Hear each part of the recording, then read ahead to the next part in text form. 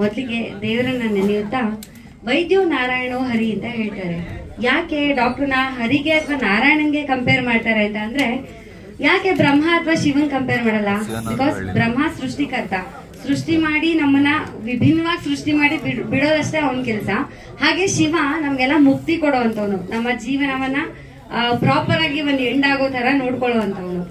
But ನಾವು ಹುಡ್ದಾಗಿಂದ ಸಾಯೋವರೆಗೂ ನಮ್ಮನ್ನ ಪ್ರತಿ ಕ್ಷಣದಲ್ಲೂ ಪಾಲಿಸ್ತಾ ರಕ್ಷಿಸ್ತಾ ನಮ್ಮನ್ನ ಕಾಪಾಡೋನು ವಿಷ್ಣು. ಹಾಗಾಗಿ ಡಾಕ್ಟರ್ನ ವಿಷ್ಣುಗೆ ಕಂಪೇರ್ ಮಾಡ್ತಾರೆ. ನಾವೇನೇ ಬಡವರಾಗಿರ್ಬೋದು ಶ್ರೀಮಂತರಾಗಿರ್ಬೋದು, ಪ್ರತಿಯೊಬ್ಬರಿಗೂ ಏನೇ ಹೆಲ್ತ್ ಇಶ್ಯೂಸ್ ಆದ ತಕ್ಷಣ ಫಸ್ಟ್ ಡಾಕ್ಟರ್ ತಗೊಂಡೋಗ್ತೀವಿ. ಹಾಗಾಗಿ ಡಾಕ್ಟರ್ಸ್ ನಮ್ಮ ಜೀವನದಲ್ಲಿ ತುಂಬಾನೇ ಇಂಪಾರ್ಟೆಂಟ್ ಅಂತ ಹೇಳ್ಬೋದು. ಹಾಗೆ ದೇವ್ರಿಗೂ ಕೂಡ ಸಮ ಅಂತಾನೆ ಹೇಳ್ಬೋದು. ಏನಕ್ಕೆ ಇಷ್ಟೊಂದು ಪೀಠಿಕೆ ಅಂತ ಅಂದ್ರೆ, ಇವತ್ತಿನ ನಮ್ಮ ಸಿನಿಮಾ ತಿಪ್ಪಾರಳ್ಳಿ ತಿಮ್ಮಣ್ಣ ಡಾಕ್ಟ್ರು. ಈ ಸಿನಿಮಾದಲ್ಲಿ ನಮ್ಮ ಹೀರೋ ನಾಯಕ ನಟ ಡಾಕ್ಟರ್ ಆಗಿರ್ತಾರೆ. ಹಾಗಾಗಿ ಇಷ್ಟೆಲ್ಲ ಪೀಠಿಕೆ ಹಾಕ್ಬೇಕಾಗಿ ಬಂತು. ಡಾಕ್ಟರ್ ಸಿಟಿಲಿ ಓದ್ಕೊಂಡು ಹೋಗಿ ಹಳ್ಳಿಲಿ ಏನೇನ್ ಮಾಡ್ತಾರೆ, ಅವ್ರ ಜೀವನ ಹೇಗೆಲ್ಲ ಟರ್ನ್ ಆಗುತ್ತೆ, ಅಲ್ಲಿ ಅವ್ರ ಜೀವನದ ಟ್ವಿಸ್ಟ್ ಅಂಡ್ ಟರ್ನ್ಸ್ ಏನೇನ್ ಸಿಗುತ್ತೆ ಅನ್ನೋದ್ರ ಈ ಚಿತ್ರದ ಸಾರಾಂಶ ಅಂತ ಹೇಳ್ಬೋದು. ಹಾಗೆ ಇವತ್ತಿಲ್ಲಿ ತುಂಬಾ ಜನ ಸೇರಿದ್ದೀರಾ. ಟ್ರೈಲರ್ ಮತ್ತೆ ಆಡಿಯೋ ಬಿಡುಗಡೆ ಕಾರ್ಯಕ್ರಮ ಇದೆ ತಿಪ್ಪಾರಳ್ಳಿಲಿ ತಿಮ್ಮಣ್ಣ ಡಾಕ್ಟ್ರು. ಮಾಧ್ಯಮದ ಹಿರಿಯರಿಗೆ ಹಾಗೆ ನನ್ನ ಸ್ನೇಹಿತರಿಗೆ, ಚಿತ್ರತಂಡಕ್ಕೆ ಸಪೋರ್ಟ್ ಮಾಡೋಕೆ ಅಂತ ಬಂದಿರೋ ಪ್ರತಿಯೊಬ್ಬರಿಗೂ, ಹಾಗೆ ತುಂಬಾ ಜನ ಮುಖ್ಯ ಅತಿಥಿಗಳಲ್ಲಿ ಆಗಮಿಸಿದ್ದಾರೆ ಚಿತ್ರತಂಡಕ್ಕೆ ಶುಭ ಕೋರೋದಕ್ಕೆ ಅಂತ. ಅವರೆಲ್ಲರಿಗೂ ಆತ್ಮೀಯವಾದ ಸ್ವಾಗತವನ್ನ ಕೋರ್ತೀನಿ. ಈ ಚಿತ್ರ ಒಂದು ನವರಸಗಳ ಪ್ರಧಾನವಾದ ಚಿತ್ರವಾಗಿದೆ. ಯಾಕಂದ್ರೆ ಇದರಲ್ಲಿ ಕಾಮಿಡಿ, ಟ್ರಾಜಿಡಿ, ಲವ್, ಸೆಂಟಿಮೆಂಟ್ ಎಲ್ಲಾ ಸಬ್ಜೆಕ್ಟು ಇದೆ. ಹಾಗೆ ಕೆ ಮೋಹನ್ ಸರ್ ಅವರು ನಿರ್ದೇಶನ ಮಾಡಿದ್ದಾರೆ. ಪಾವನಿ, ಚಂದ್ರಪ್ರಸಾದ್, ಮೈಸೂರು ರಮಾನಂದ್ ಸರ್, ಸತೀಶ್ ಗೌಡ್ರು, ಶೂಟಿಂಗ್ ಕೃಷ್ಣ, ಪ್ರಭಾಕರ್, ಬೇಬಿ ಸಾನ್ವಿ, ಇಷ್ಟೂ ಜನ ಇದರಲ್ಲಿ ಆಕ್ಟ್ ಮಾಡಿದ್ದಾರೆ. ಸೊ ಇವಾಗ ಮುಖ್ಯ ಘಟ್ಟ ಟ್ರೈಲರ್ ಲಾಂಚ್ಗೆ ಹೋಗ್ಬಿಡೋಣ. ಬಿಕಾಸ್ ಸಮಯಾವಕಾಶ ಕಡಿಮೆ ಇರೋದ್ರಿಂದ ಬೇಗ ಆದಷ್ಟು ಕಾರ್ಯಕ್ರಮನ ಮುಗಿಸೋದಕ್ಕೆ ಪ್ರಯತ್ನ ಪಡೋಣ. ನಾನು ಟ್ರೈಲರ್ ಮತ್ತೆ ಆಡಿಯೋ ಲಾಂಚ್ ಮಾಡ್ಬೇಕಂತ ನಮ್ಮ ಶ್ರೀಯುತ ರಮಾನಂದ್ ಸರ್ ಕೇಳ್ಕೊಳ್ತಿದ್ದೀನಿ. ಹಿರಿಯ ಕಲಾವಿದ್ರು, ಹಿರಿಯ ರಂಗಭೂಮಿ ಕಲಾವಿದ್ರು, ಹಾಗೆ ಚಲನಚಿತ್ರ ಕಲಾವಿದ್ರು. ಇನ್ನೊಂದ್ಸರಿ ಜೋರಾದ ಚಪ್ಪಾಳೆ ಬರಬೇಕು. Thank you. ತಿಪ್ಪಾರಳ್ಳಿಲಿ ತಿಮ್ಮಣ್ಣ ಡಾಕ್ಟ್ರು ವಿಡಿಯೋ ಮತ್ತು ಆಡಿಯೋನ ನೋಡಿ ಆನಂದಿಸಿ ಎಂಜಾಯ್ ಮಾಡಿ. ಇದು ಪ್ರತಿಯೊಬ್ಬರ ಹೃದಯ ಸಿಂಹಾಸನದಲ್ಲಿ ಶಾಶ್ವತವಾಗಿರಬೇಕು ಅಂತೇಳಿ ನಾನು ಲಾಂಚ್ ಮಾಡ್ತೀನಿ. ನಮಸ್ಕಾರ. ಈ ಚಿತ್ರ ನವರಸ ಪ್ರಧಾನವಾಗಿ ಒಂದು ಕಥೆಯ ಅಣುಕು ನೋಟ ಅಷ್ಟೇ. ಇದರಲ್ಲಿ ಏನಂದ್ರೆ, ಕಥೆಯಲ್ಲಿ ದುಃಖ ಇದೆ, ಕಾಮಿಡಿ ಇದೆ, ಅಷ್ಟೇ ಅಲ್ಲ ಒಳ್ಳೆ ಹಾಡುಗಳು, ನಾನೇ ಬರೆದಿರೋಂಥ ಕವನ ಅಷ್ಟೇ ಅಲ್ಲ, ಇದರಲ್ಲಿ ನಮ್ಮ ಸ್ನೇಹಿತರಾದಂಥ ಕಲಾವಿದರೆಲ್ಲರೂ ಕಷ್ಟಪಟ್ಟು ಚೆನ್ನಾಗಿ ಅಭಿನಯ ಮಾಡಿದ್ದಾರೆ.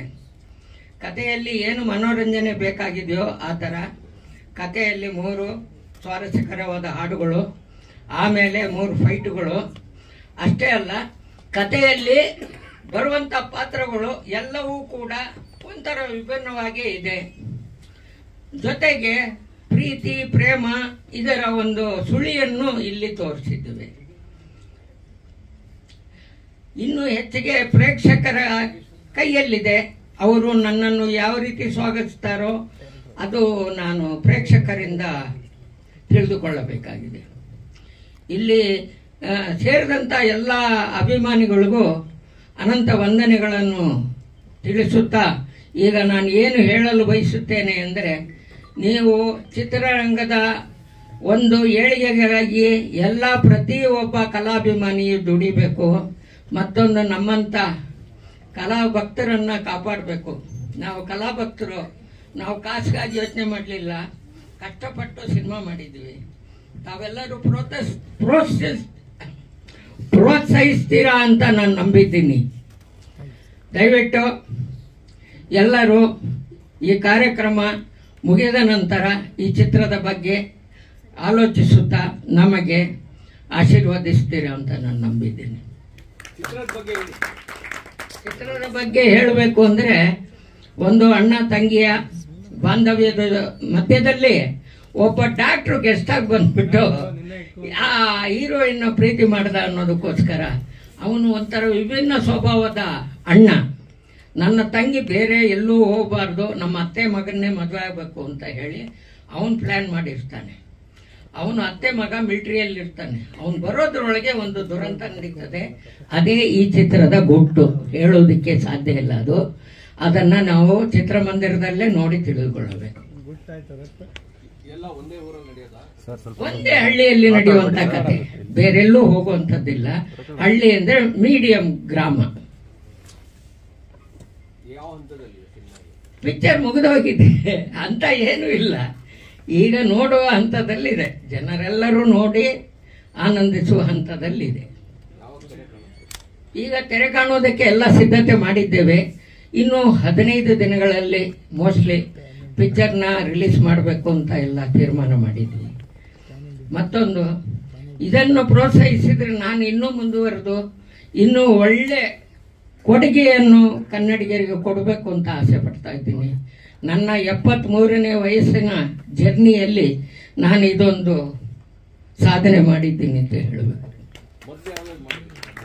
ಮುಂಚೆ ಎಲ್ಲ ಬೇಕಾದಷ್ಟು ಹಿಂದಿ, ಕನ್ನಡ, ತಮಿಳು ಎಲ್ಲ ಕ್ಷೇತ್ರದಲ್ಲೂ ಅಸಿಸ್ಟೆಂಟ್ ಡೈರೆಕ್ಟರ್ ಆಗಿ ದುಡಿದು ನನ್ನ ತಲೆ ಕೂದಲೆಲ್ಲ ಉದುರೋಯ್ತು, ಸರಿಯಾದ ದುಡ್ಡು ಬರಲಿಲ್ಲ.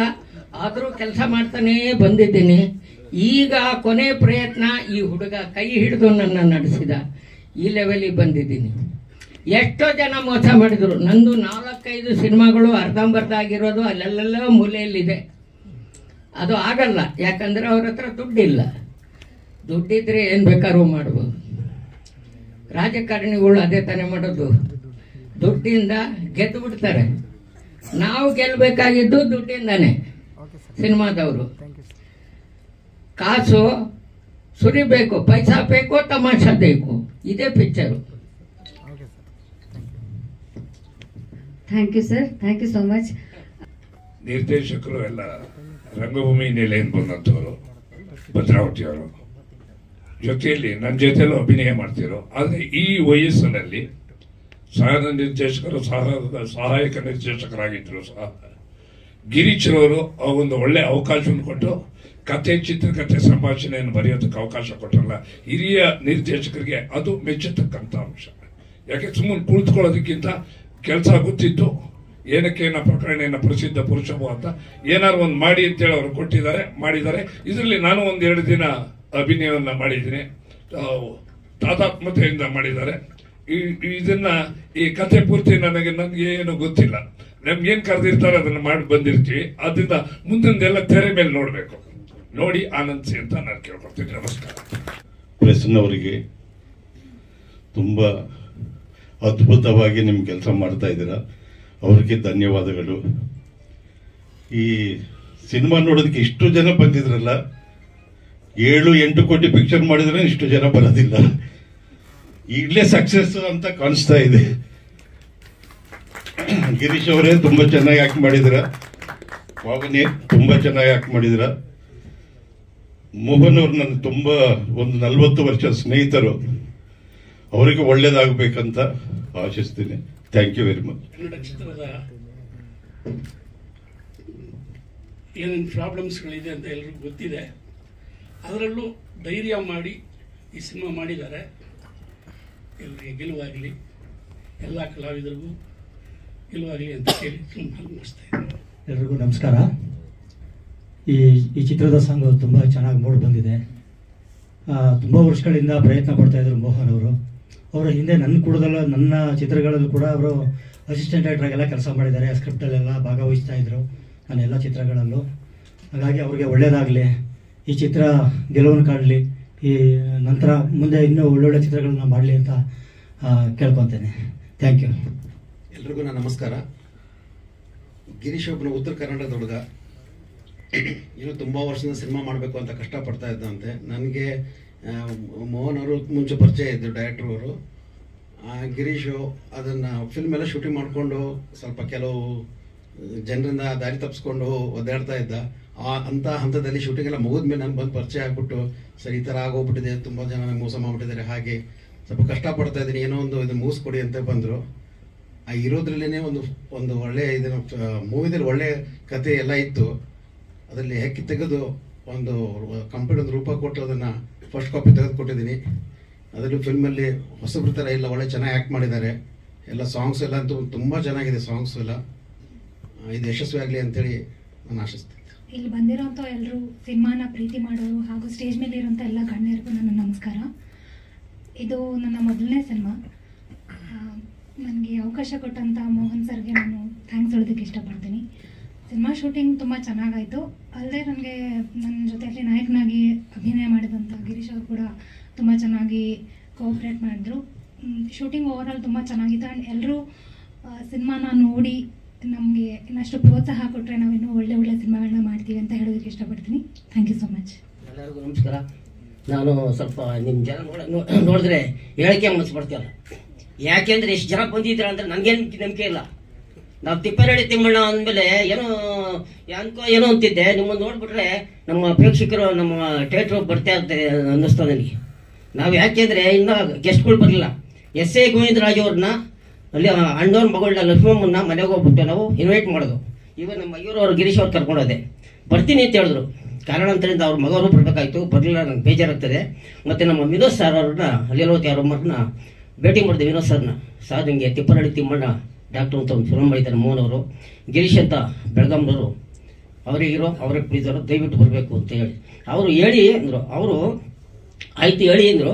ಕಾರಣಾಂತರದಿಂದ ಅವರು ಮಡ್ರಾಸ್ನಾಗೆ ಇಲ್ಲಿ ಹಾಸ್ಪಿಟ್ಲ್ ಕಟ್ಸಿದ್ದಾರೆ, ಸಾರ್ವಜನಿಕರ ಹಾಸ್ಪಿಟ್ಲು, ಮತ್ತೆ ದನಿಂದ ಹಾಸ್ಪಿಟ್ಲ್ ಕಟ್ಸಿದ್ದಾರೆ. ಅಲ್ಲಿ ಕಟ್ಟಿಸ್ತಾ ಇದ್ದಾರೆ. ಅದು ಕೆಲಸದ ಮುಖಾಂತರ ನಾನು ಚೆನ್ನೈಗೆ ಹೋಗ್ತಾ ಇದ್ದೀನಿ, ಕೃಷ್ಣಪ್ಪಾಜಿ ಬೇಜಾರು ಮಾಡ್ಕೊಂಬೇಡಿ, ಟೈಮ್ ಇದ್ರೆ ಬರ್ತೀನಿ ಅಂದರು. ಅವರು ಬರಲಿಲ್ಲ. ಬಾಮ ಹರೀಶ್ ಅವರು ಹೇಳಿದ್ದೆ, ಬಾಮ ಹರೀಶ್ ಅವರು ಬರಲಿಲ್ಲ. ಇದು ನ್ಯಾಯಬೆಲೆ ಅಂಗಡಿ ಒಳಗೆ ಅಂತ ಒಂದು ಫಿಲಮ್ ಆಯಿತು. ಆ ಫಿಲಮ್ನಾಗ ಹಾಕಿ ಮಾಡಬೇಕಾದ್ರೆ ಕುಮಾರ್ ಬಂಗಾರಪ್ಪ ಅವ್ರಿಗೆ ಹೇಳಿದೆ, ಸರ್ ಹಿಂಗೆ ನಮ್ಮದು ಒಂದು ತಿಪ್ಪರಳ್ಳಿ ತಿಮ್ಮಣ್ಣ ಅಂತ ಒಂದು ಫಿಲಮ್ ಮಾಡಿದ್ವಿ, ದಯವಿಟ್ಟು ಬರಬೇಕು ಅಂತ ಹೇಳಿದೆ. ಬಾಮ ಹರೀಶ್ ಅವ್ರಿಗೆ ಹೇಳಿದೆ, ಚೆಲುವು ಮೂರ್ತಿ ಅಂತ ಅವ್ರಿಗೂ ಹೇಳಿದೆ, ಬರ್ತೀನಿ ಅಂದರು. ಈ ಪತ್ರಿಕೆಯಲ್ಲಿ ಎಸ್.ಎ. ಗೋವಿಂದರಾಜ್ ಅವರು ಲಕ್ಷ್ಮಮ್ಮ ಅವ್ರದ್ದು ಬಿಟ್ಟರೆ ಯಾರ್ದು ಹೆಸರು ಹಾಕಿಲ್ಲ. ಕಾರಣದಿಂದ ಅವ್ರು ಬರಲಿಲ್ಲ. ನಂದು ಹೆಸರು ಬಿಟ್ಟೋಗಿತ್ತು. ಕಾರಣದಿಂದ ಯಾಕೆ ಅಂತ ಗೊತ್ತಿಲ್ಲ. ನಾನು ಹೆಸರು ಹಾಕಿರೋದಕ್ಕೆ ಮತ್ತೆ ಹೆಸರು ಹಾಕಿದ್ರು, ಅದಕ್ಕೆ ಬಂದಿದ್ದೀನಿ. ಧನ್ಯವಾದಗಳು. ಫಿಲಮ್ ಕಾಮಿಡಿ ಫಿಲಮ್ಮು, ದಯವಿಟ್ಟು ಎಲ್ಲರೂ ಬಂದು ನೋಡಿ ಈ ಚಿತ್ರವನ್ನು ಆಶೀರ್ವದಿಸಬೇಕು. ಮತ್ತು ನಮ್ಮ ಮೋಹನ್ ಅವರು 45 ವರ್ಷದ ಸ್ನೇಹಿತರು. ಅದಕ್ಕಿಂತ ಮುಂಚಿತವಾಗಿ ನಮ್ಮ ರಮಾನಂದ್ ಅವರು ಇದ್ದಾರೆ. ಅವರು ಒಂದು ಸತಿ ನಾನು ಬಸ್ಸು ಹೋಗ್ಬೇಕಾದ್ರೆ ಆ ಬಸ್ನೊಳಗೆ ಒಬ್ಬ ಡ್ರೈವರ್ ಕೇಳ್ದ, ಓಯ್ ಎಲ್ಲ ಹೊರಟೆ ಅಂದ. ಅಣ್ಣವ್ರ ಪೇಜ ಶೂಟಿಂಗ್ ನಡೀತಿದೆ ಭಾಗ್ಯದಲಕ್ಷ್ಮಿ ಬರಮ್ಮ ಸದಾಶಿವನಗರದಲ್ಲಿ ಅಂದೆ. ನೋಡಿಸ್ತೀಯಾ ಅಣ್ಣವ್ರನ್ನಂದ, ತಾಕತ್ತಿದ್ಯಾ ಅಂದ. ಬಾ ತಾಕತ್ ನೋಡಿಸ್ತೀನಿ ಅಂದೆ. ಕೇಳಿ ನಮ್ಮ ರಮಾನಂದ್ ಅವ್ರು ಹೇಳ್ತಾರೆ ಏನಾಯ್ತು ಅಂತ ಘಟನೆ ಅವ್ರು ಹೇಳಿ. ಇಲ್ಲಿ ಈ ಸಂದರ್ಭದಲ್ಲಿ ಇಲ್ಲಿ ಮಾತಾಡೋದು ಬೇಡ. ಅದು ಯಾಕೆಂತಂದ್ರೆ ಸಣ್ಣ ವಿಚಾರ ಅಂತಂದ್ರೆ KSRTC ಬಸ್ಸಲ್ಲಿ BMTC ಬಸ್ಸಲ್ಲಿ ರಾಜ್ಕುಮಾರ್ ಒಳಗಡೆ ಇಬ್ರು ಕೂತು ರಾಜ್ಕುಮಾರ್ ಅವ್ರನ್ನ ತೋರಿಸ್ತೀರ ಅಂತ ಕೇಳಿದ್ರು. ಹ್ಞೂ ಅಂತ ಹೇಳ್ದ. ನಮ್ಮಿಬ್ಬರನ್ನೇ ಒಂದು ಬಸ್ಸಲ್ಲಿ ಕರ್ಕೊಂಡೋಗಿ 17ನೇ ಕ್ರಾಸ್ ರಾಜಶೇಖರ್ ಮೂರ್ತಿ ಅವ್ರ ಮನೆ ಹತ್ರ ಶೂಟಿಂಗ್ ನಡೀತಿತ್ತು, ನಂಜುಂಡಿ ಕಲ್ಯಾಣಿ. ಅಲ್ಲಿ ನಿಲ್ಲಿಸ್ಬಿಟ್ಟ ಬಸ್ ಯಾರಿಗೂ ಹೇಳಿಲ್ಲ.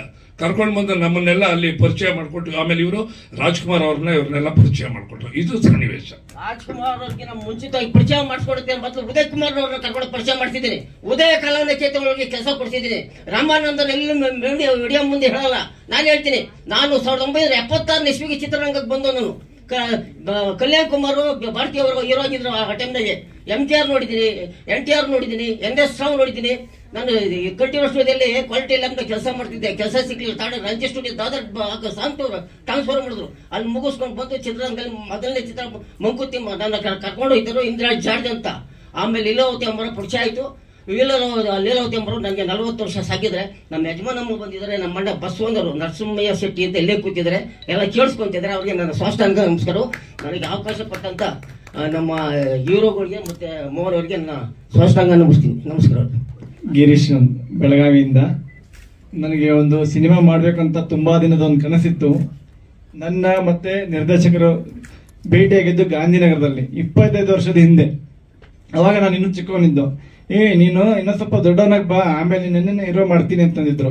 ಅವಾಗ 25 ವರ್ಷದ ಹಿಂದೆ ನಾನು ನನಗೆ ನೀವು ಹೀರೋ ಮಾಡಿದ್ರೆ ನಿಮಗೆ ನಾನು ಡೈರೆಕ್ಷನ್ ಕೊಡ್ತೀನಿ ಅಂದಿದ್ದೆ. ಅದು ಇವತ್ತು ನೆರವೇರ್ತು. ಸೊ ಒಂದು ನಮ್ಮಿಬ್ಬರದ್ದು ಸಂಬಂಧ 25 ವರ್ಷದ್ದು. ನಾವಿಬ್ರು ಒಂಥರ ಫ್ರೆಂಡ್ ಆಗಿದ್ದೀವಿ. ಎಲ್ಲ ರಿಲೇಷನ್ ನಮ್ಮ ಹತ್ರ ಇದೆ. ಸೊ ನಿಮ್ಗೆಲ್ಲ ಮುಖ್ಯವಾಗಿ ಹೇಳಕ್ ಇಷ್ಟಪಡ್ತೀನಿ, ನೀವೆಲ್ಲ ಬಂದಿದ್ದಕ್ಕೆ ತುಂಬಾ ಧನ್ಯವಾದಗಳು. ಸಿನಿಮಾನ ನೋಡ್ತಾ ಇರಿ. ನಂದು ಇದು ಹೊಸ ಪ್ರಯತ್ನ. ಏನಾದರೂ ಇಲ್ಲಿ ತಪ್ಕೊಂಡು ಬಂದಿದ್ರೆ ನೀವು ಸಮರ್ಥಿಸ್ಕೊಂಡು ಮುಂದೆ ನಾವು ಇನ್ನೂ ಈ ಸಿನಿಮಾ ರಂಗದಲ್ಲಿ ಬೆಳಿಬೇಕು ಅಂತ ಆಸೆ ಇದೆ. ನಿಮ್ಮೆಲ್ಲರ ಸಹಕಾರ, ಪ್ರೀತಿ, ಮನೋಭಾವನೆ ಹಿಂಗೆ ಇರಲಿ. ನನ್ನನ್ನು ಇಲ್ಲಿ ಸಿನಿಮಾದಲ್ಲಿ ಒಂದು ಚಾನ್ಸ್ ಹೀರೋ ಆಗಿ ಮಾಡಿದ್ದಾರೆ ಇವರು ಡೈರೆಕ್ಟರ್, ಇವ್ರಿಗೂ ಒಳ್ಳೇದಾಗ್ಲಿ, ನಿಮ್ಗೆಲ್ಲ ಒಳ್ಳೇದಾಗ್ಲಿ ಅಂತ. ಆಮೇಲೆ ಬಂದ ಅತಿಥಿಗಳಿಗೆ ಮುಖ್ಯವಾಗಿ ನಾನು ಸುಸ್ವಾಗತ ಹೇಳಕ್ ಇಷ್ಟಪಡ್ತೀನಿ. ಅವರೆಲ್ಲ ಬಂದಿದ್ದಾರೆ ಒತ್ತು ಕೊಟ್ಟು ಈ ಸಿನಿಮಾ ಫಂಕ್ಷನ್ಗೆ, ಅವ್ರಿಗೆಲ್ಲ ತುಂಬ ಹೃದಯದ ಧನ್ಯವಾದಗಳು. ಹಾಗೇನೆ ಮಾಧ್ಯಮ ಮಿತ್ರರಿಗೆಲ್ಲ ನನ್ನ ಒಂದು ಧನ್ಯವಾದಗಳು ಹೇಳಕ್ ಇಷ್ಟಪಡ್ತೀನಿ. ಸಿನಿಮಾನ ನೋಡಿ, ಆಮೇಲೆ ನಾವು ಒಂದು ಸಿನಿಮಾ ನೋಡಿದ್ರೆ ಥಿಯೇಟರ್ ಇಂದ ಹೊರಗಡೆ ಬಂದ ತಕ್ಷಣ 2 ಕಮೆಂಟ್ಸ್ ಕೊಡ್ತೀವಿ. ಒಂದು ಚೆನ್ನಾಗಿದೆ, ಚೆನ್ನಾಗಿಲ್ಲ. ಬಟ್ ಆ ಸಿನಿಮಾ ಮಾಡ್ಬೇಕು ಅಂದ್ರೆ ಪ್ರೀ ಪ್ರೊಡಕ್ಷನ್, ಪೋಸ್ಟ್ ಪ್ರೊಡಕ್ಷನ್ಸ್ ಎಷ್ಟು ಕಷ್ಟ ಇದೆ ಅಂತ ನಾನ್ ಸಿನಿಮಾ ಮಾಡಿದಾಗ ಗೊತ್ತಾಯ್ತು. ಎಷ್ಟೆಲ್ಲ ಕಮಿಟ್ಮೆಂಟ್ಸ್ ಇದೆ, ಎಷ್ಟೆಲ್ಲ ಪ್ರಿಪರೇಷನ್ಸ್ ಇದೆ, ಎಷ್ಟೆಲ್ಲ ರೆಡಿ ಮಾಡ್ಕೋಬೇಕು. ಲೊಕೇಶನ್ ಆಗಲಿ, ಆರ್ಟಿಸ್ಟ್ ಆಗಲಿ, ಕಾಸ್ಟ್ಯೂಮ್ಸ್ ಆಗಲಿ, ಈಚ್ ಅಂಡ್ ಎವ್ರಿ ಎಷ್ಟೊಂದು ಕಷ್ಟ ಇದೆ ಅಂತ ನಾನ್ ಸಿನಿಮಾ ಮಾಡಿದಾಗ ಗೊತ್ತಾಯ್ತು. ಸಿನಿಮಾ ಮಾಡಿದಾಗ ಸುಲಭ ಇಲ್ಲ ಅಂತ. ಸೊ ಕಷ್ಟಪಟ್ಟು ಸಿನಿಮಾ ಮಾಡ್ತೀವಿ. ಚಲನಚಿತ್ರಗಳನ್ನ ಥಿಯೇಟರ್ ಅಲ್ಲಿ ನೋಡಿ ಕನ್ನಡ ಚಿತ್ರರಂಗನ ಬೆಳೆಸಿ, ನಾವು ಹೊಸಬ್ರು ಬರ್ತಾ ಇದ್ದೀವಿ, ನಮ್ಮನ್ನು ಬೆಳೆಸಿ, ನಿಮ್ಮೆಲ್ಲರ ಸಹಕಾರ, ಪ್ರೀತಿ, ಮನೋಭಾವನೆ ಹೀಗೆ ಇರಲಿ ಅಂತ ಕೇಳ್ಕೊಳ್ತೇನೆ. ಈ ಚಿತ್ರದಲ್ಲಿ ನನ್ನ ಕ್ಯಾರೆಕ್ಟರ್ ಅಂದ್ರೆ ಡಾಕ್ಟ್ರು. ನಾನು ಈ ಚಿತ್ರದಲ್ಲಿ ಡಾಕ್ಟರ್ ಆಗಿ ಬರ್ತೀನಿ ಸಿಟಿಯಿಂದ. ಅಲ್ಲಿಂದ ಸ್ಟೋರಿ ಶುರು ಆಗುತ್ತೆ. ಸೊ ಇನ್ನೇನೇ ಸ್ಟೋರಿ ಏನಿದೆ, ನೆಕ್ಸ್ಟ್ ಏನಿದೆ ಥಿಯೇಟರ್ ಅಲ್ಲಿ ನೋಡಿ. ತುಂಬಾ ನಾವು ಕಷ್ಟಪಟ್ಟು ಸಿನಿಮಾ ಮಾಡಿದೀವಿ ನಮ್ಮ ಅನುಕೂಲಕ್ಕೆ ತಕ್ಕಾಗೆ. ಇದು ಶೂಟಿಂಗ್ ಸರ್ ಮಾಡಿರೋದು ರಾಮನಗರದಲ್ಲಿ ಆಗಿದೆ. ರಾಮನಗರ, ಹಂದಲ್ಗೆರೆ, ಆಮೇಲೆ ಮೈಸೂರು ರೋಡು, ಆಮೇಲೆ ಬೆಂಗಳೂರು ಸುತ್ತಮುತ್ತ ಶೂಟಿಂಗ್ ಆಗಿದೆ. ಎಕ್ಸ್ಪೀರಿಯನ್ಸ್ ಅಂದ್ರೆ ಸರ್, ನಾನು ಸುಮಾರು ವರ್ಷದಿಂದ ಸಣ್ಣ ಪಾತ್ರ ಮಾಡಿದ್ದೆ, ಚಿಕ್ಕ ಪಾತ್ರ ಮಾಡಿದ್ದೆ. ಒಂದು ಶ್ರೀರಾಮ್ಪುರ ಪೊಲೀಸ್ ಸ್ಟೇಷನ್ ಅಲ್ಲಿ ಚಿಕ್ಕ ಪಾತ್ರ, ಸಾಯಿ ಕುಮಾರ್ ಸರ್ ಜೊತೆ. ಆಮೇಲೆ H2O ಮಾಡಿದ್ದೆ, ಅದು ದೊಡ್ಡ ಸಿನಿಮಾ, ಅದರಲ್ಲಿ ಒಂದು ಚಿಕ್ಕ ಪಾತ್ರ ಮಾಡಿದ್ದೆ. ಹೀಗೆ ಸಣ್ಣ ಪುಟ್ಟ ನಾನು ಪಾತ್ರ ಮಾಡಿದ್ದೆ. ಸೊ ಅದೇ ನನಗೆ ಅವಾಗಿಂದ ಇವರು ನನಗೆ ಪರಿಚಯ ಆದ್ರು ಗಾಂಧಿನಗರದಲ್ಲಿ ಕಾನಿಷ್ಕ ಹೋಟ್ಲ್ ಹತ್ರ, ಮೋಹನ್ ಸರ್. ಸೊ ಇವರು ನನ್ಗೆ ಇರ್ತಾ ಇರ್ಲಿಲ್ಲ, ನಾನು ಇವ್ರನ್ನ ಬಿಟ್ಟಿರ್ತಾ ಇರ್ಲಿಲ್ಲ. ಅದೇ ಒಂದು ರಿಲೇಷನ್, ಅದೇ ಒಂದು ಸಂಬಂಧ ಇಲ್ಲಿವರೆಗೂ ಈ ಸಿನಿಮಾ ಮಾಡೋವರೆಗೂ ಕರ್ಕೊಂಡ್ ಬಂದಿದೆ. ಸರ್ ನಾನು ಆಕ್ಚುಲಿ ನಾನು ಮಾಡ್ತಾ ಇರೋದು ನಮ್ಮ ಸ್ಟೀಲ್ದು ಕೆಲಸ ಇದೆ, ಸ್ಟೀಲ್ ಬಿಸ್ನೆಸ್ ಇದೆ. ಸ್ಟೀಲ್ದು ಎಲ್ಲ TMT ಬಾಸ್ ಎಲ್ಲ ಬರುತ್ತಲ್ವಾ, TMT ಕಂಬಿ ಎಲ್ಲ ಬರುತ್ತಲ್ಲ, ಅದು ಊರು ಬೆಳಗಾವಿಲಿ. ಸರ್ ಇದು ನಾವು ತುಂಬಾ ಕಡಿಮೆದಲ್ಲಿ ಮಾಡಿದ್ವಿ, ಲೋ ಬಜೆಟ್ ಅಲ್ಲಿ ಮಾಡಿದೀವಿ. ಫಿಗರ್ ಇಷ್ಟೇ ಅಂತ ಹೇಳಕ್ ಆಗಲ್ಲ, ಒಂದು ಲೋ ಬಜೆಟ್ ಅಲ್ಲಿ ಮಾಡಿದೀವಿ ಸರ್, ನಮ್ಮ ಅನುಕೂಲಕ್ಕೆ ತಕ್ಕಂಗೆ ಮಾಡಿದೀವಿ. ಸೊ ಈಗ ಯಾವ ತರ ತಗೋತಾರೆ ನೀವು ಸಿನಿಮಾದವರು, ಮಾಧ್ಯಮದವರು, ಒಳ್ಳೇದನ್ನ ಕೆಟ್ಟದನ್ನ ಜನರ ಮುಂದೆ ಇಡ್ತೀರಾ. ಹಾಗೇನೆ ನಾವು ಸಿನಿಮಾ ಒಳ್ಳೆ ರೀತಿಯಿಂದ ಮಾಡಿದೀವಿ. ನಿಮ್ಗಳ ಸಹಾಯ, ಸಹಕಾರ, ಪ್ರೀತಿ ಹೀಗೆ ಇರಬೇಕು. ಸರ್ ಹಾ ನೋಡಿದ್ದೀನಿ ಸರ್, ಚೆನ್ನಾಗಿದೆ ಸರ್. ನನಗೆ ಒಂದ್ಸಲ ಖುಷಿ ಆಗುತ್ತೆ, ಯಾಕಂದ್ರೆ ನನಗೆ ಫಸ್ಟ್ ಪಿಕ್ಚರ್ ಇದು, ಮೊದಲನೇ ಹೆಜ್ಜೆ.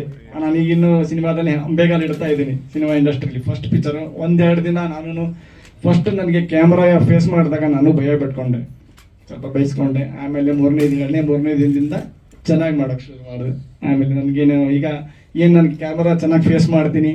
ಇನ್ನೊಂದು ಪ್ರಾಜೆಕ್ಟ್ ಮಾಡಿದ್ರು ಖುಷಿಯಾಗಿ ಮಾಡ್ತೀನಿ, ಕಾನ್ಫಿಡೆನ್ಸ್ಲಿ ಮಾಡ್ತೀನಿ, ಆತ್ಮವಿಶ್ವಾಸದಿಂದ ಮಾಡ್ತೀನಿ ಅಂತ ನನಗೊಂದು ಮನೋಭಾವನೆ ಬಂದಿದೆ ಅಷ್ಟೇ. Thank you sir. Thank you sir. ಸಿನಿಮಾಗೆ ತುಂಬಾ ಒಳ್ಳೇದಾಗ್ಲಿ. ಆಲ್ ದ ಬೆಸ್ಟ್ ಎಲ್ರಿಗೂ.